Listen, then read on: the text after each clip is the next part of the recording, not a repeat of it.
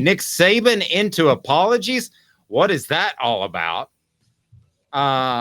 It's a very odd situation to have him apologize.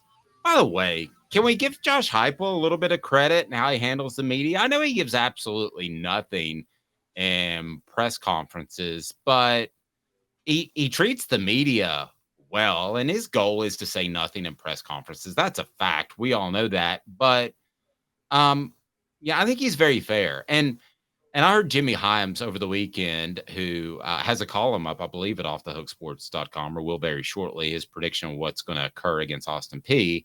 And Jimmy said something, I think he was on Football Finals with Fuad Reveiz, and he said, I know what's wrong with Cooper Mays, as do I, and I'm going to respect the fact that I shouldn't release the injury. And I am too. And Caleb, I don't know that happens if you got a Butch Jones that is pulling the media in the back. I'm not speaking for Jimmy, okay? But if you've got a Butch Jones who pulls the media in the back room and dog cusses them because a national columnist for their same company wrote something that they didn't like, and you had two reporters, I'm not going to name names, during the time that I respect and were great individuals that got out of media altogether because of Butch Jones. And I you don't look out for a coach, but you're more apt to work with a coach if he is a good dude. And I think Josh Heupel's honestly a good dude. Yeah, if they're a good dude and if they're fair to you in certain ways, and if you don't think they're lying to you all the time. Like by 2017, I was ready to just unleash on Butch Jones constantly because he had just gotten caught in so many lies to the point to where when Juwan Jennings did his Instagram rant at the end of the year and got dismissed from the team, I was the first to come out and say, let him back on the team because this coaching staff is liars, and every player that criticizes the coaching staff should be allowed to, because they were such a disgrace by that point that I was not going to be inclined to side with them on anything. I'll be honest with you guys on that. And I wasn't behind the scenes in the rooms in 2013, 2014. I know some people who were. There's one guy who tweeted out, not going to name him, you guys can follow him, but he basically kind of blew the lid off a few days ago where he was running a blog, trying to get involved with press credentials. And Butch Jones basically said, I won't give you anything unless you agree to cover all positive news for Tennessee, nothing else. And I didn't know that. I don't know this guy, but I don't, I'm talking about guys that were well established. I'm not talking about guys that were trying to sort of fit in. I'm talking about guys who got cursed and had proven over, in both situations, more than a decade that they were adept at covering football in a very fair and journalistic way. Those are the dudes that just drive me crazy. But again, all of these conversations we're having, and I know, Travis, you said, I wish Dave and Caleb wore a little bit more orange glasses yesterday, but here I am. I believe I'm an objective journalist. I'm telling you that everything is incredible with Tennessee's football program. I actually woke up thinking that today. I was like, you're talking about replacing a Keenan Pili and a Cooper Mays and being okay. You're talking about a coach who's honest, and I know he hides stuff from the media, but who can blame him? I don't know. I just I'm absolutely stunned by the position that Tennessee is in, and I made the declaration yesterday. I think Josh Heupel wins a national title before he leaves Tennessee, which might be his retirement because it seems like an awfully good fit. But let's turn it to Nick Saban. And Nick Saban apologized to a reporter. I want to pull this up. Give us some context first, Caleb.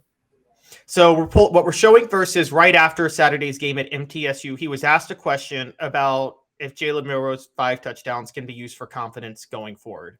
And he responded in his typical smart alecky way that me turning into like pretending to be an Italian, saying if that was me, if I was in the room, I'd cuss him back out.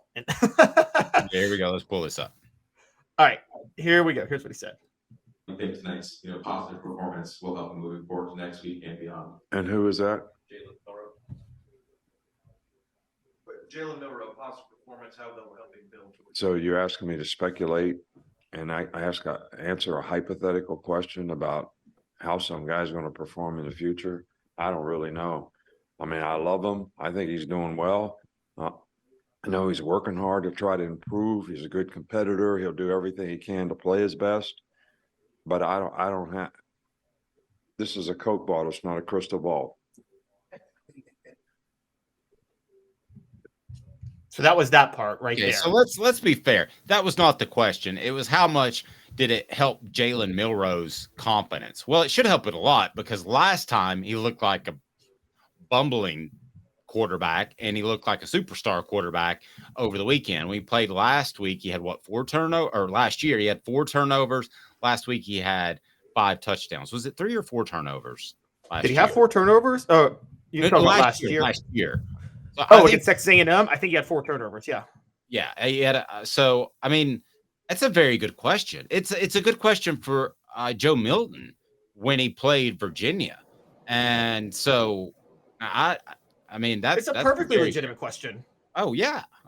Okay, so here is the retort when Saban apologized.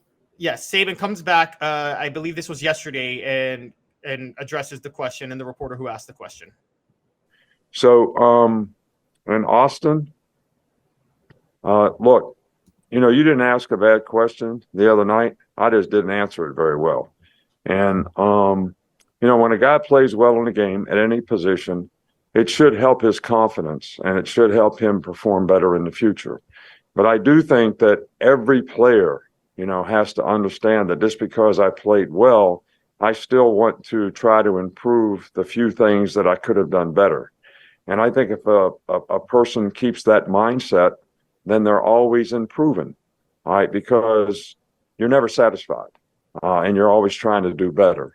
And you don't let complacency creep into your game. And that certainly hasn't happened with Jalen. So, hopefully the confidence that he gained in this game will certainly help him to continue to play, better and better in the future. That's what we hope for as coaches. That's what we try to encourage him to do. So, and that should have been my answer the other night.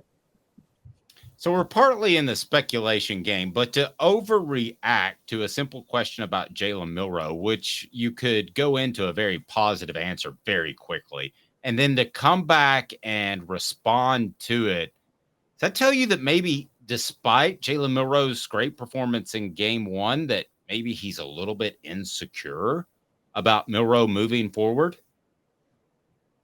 Yes. And I'm going to say this to Twitter right now. And Dave, I want to see if you agree with me. I first want to address something that everybody thinks. This is not a change in behavior. Nick Saban didn't have some change of heart and decide he needs to be nice to the media now. You and I agree on that, right? Everything he does is calculating. Yes. Yes. So if it's not that, then something changed.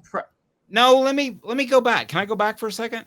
Okay. I think after the game, any question about Jalen Milroe's competence, which that was, he had a premonition to say that everything's great. I don't want to answer a question like that because he doesn't have a competence issue. Why are you questioning my quarterback? So I don't think that was contrived or orchestrated. I think that was a real response. Is that what you were getting at? Because I think he's sick of answering that question. I think Josh Heupel was sick of answering that question. I think Joe Milton was sick of answering, what do you got other than your arm strength? So no, I think that was a real response. That may be a real response at that one, but I don't think what he did after, I think we're on the same page at. Right. Yeah. So Wednesday, what he did, that's not a change of heart because Nick Saban has never done that before. The only time he ever apologized before was when he lashed out at Maria Taylor on ESPN. But that's because, again, you can go at a local reporter making $55,000 a year or $30,000 to $40,000, whatever they're making. It's easier to get away with that than it is to go at ESPN reporter when the whole institution of ESPN is going to come down on you at that point and defend their person. That's the only time I ever saw him apologize. So for him to apologize, I think this was an AL.com reporter. That he's not doing that because he had a change of heart. He's doing that because there's something meticulous about why he's doing it. And I think what you think. I think he's still nervous about Jalen Milroe's confidence. And I think maybe he's worried that the way he lashed out Saturday after the game doesn't help Jalen Milroe's confidence. And he's seeing it in practice this week. You may well be right. I do not know. I'm going to give him the benefit of the doubt and that he really realized he answered the question in a rude, distasteful way, and it was unfair, and somebody brought that to his attention. So I'm going to say that that was genuine. Although I completely understand 9 times out of 10, I'm completely with you, and I could be dead wrong here. Okay. But I'm going to say that one time that it was genuine, that he came down a little hard on somebody, may have been a younger guy, may have been new to the program. I haven't heard his name. And I can tell you with the whole Inky Johnson situation that I went through, the last thing you want is for your name to be a part of the story. That is awful. I don't want that. And maybe he felt bad. Maybe somebody reached out to him. So I'll give him the benefit of the doubt. You and I differ slightly, but I could certainly see something in the coming days or weeks and say, Caleb, you were absolutely right back then. But nevertheless, look, I never liked the bullying. Sometimes when he lashes out, I've actually defended him in the past because sometimes I think the questions are kind of stupid. I'll be honest. Like one person one time asked him like, "Oh, Nick, you only signed 3 guys on National Signing Day. Was that part of the plan?" And Nick's like, "Don't you do math? We signed like 30 guys in the early signing period. Of course we couldn't sign that many people on National." That was a dumb question, and you call him out. But not to call out people in my industry, but like I understand when Nick Saban gets mad sometimes. But there are times where he lashes out at reporters unfairly. And I've never seen him come back and apologize for doing that. Okay, you may be right. You may well be right. I'm going to say that sounded genuine, but I'm the guy that gives people the benefit of the doubt probably more than I should. But yeah, we'll see what happens this weekend against Texas, and then we may have a little bit more insight into that.